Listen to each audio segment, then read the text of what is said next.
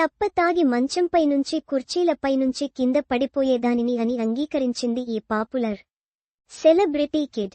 జీవితంలో తాగుడుకు బానిసైతే ఎదురయ్యే కష్టాల గురించి స్వీయానుభవంతో అందరినీ హెచ్చరించింది. తన కష్టం చూసి తల్లిదండ్రులు, సోదరుడు ఎంతగా నరకవేదన అనుభవించారో కూడా ఇటీవల ఓ ఇంటర్వ్యూలో వెల్లడించింది. అలాగే తన అదుపు తప్పిన తాగుడు అలవాటు మాన్పించడానికి తనను కుటుంబీకులు రీహాబిలిటేషన్ సెంటర్ లో చేర్చారని, అక్కడ 28 రోజులు నిదుర అన్నదే పట్టనీకుండా హింసించారని కూడా తెలిపింది.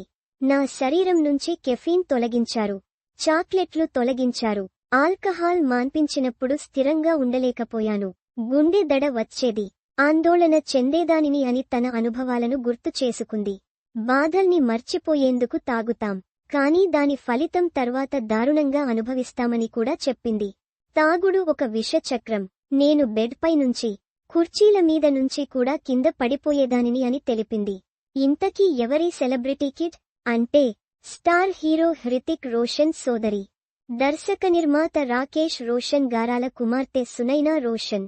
సునైన చాలా కష్టాలను అధిగమించి చివరకు వ్యసనాన్ని అధిగమించానని తెలిపింది. అయితే తాను ఒకేసారి క్యాన్సర్, క్షయవ్యాధితో పోరాడటం వల్ల దానిని తట్టుకునేందుకు మద్యపానానికి బానిసయ్యానని కూడా వెల్లడించింది. పునరావాసంలో 7-8 మంది కౌన్సిలర్లు నిరంతరం తన భరతం పట్టేవారని, అక్కడ ఉన్న 28 రోజులు నిద్రపోలేదని తెలిపింది. నా శరీరం నుండి ప్రతిదీ బయటకు తీసేవారు.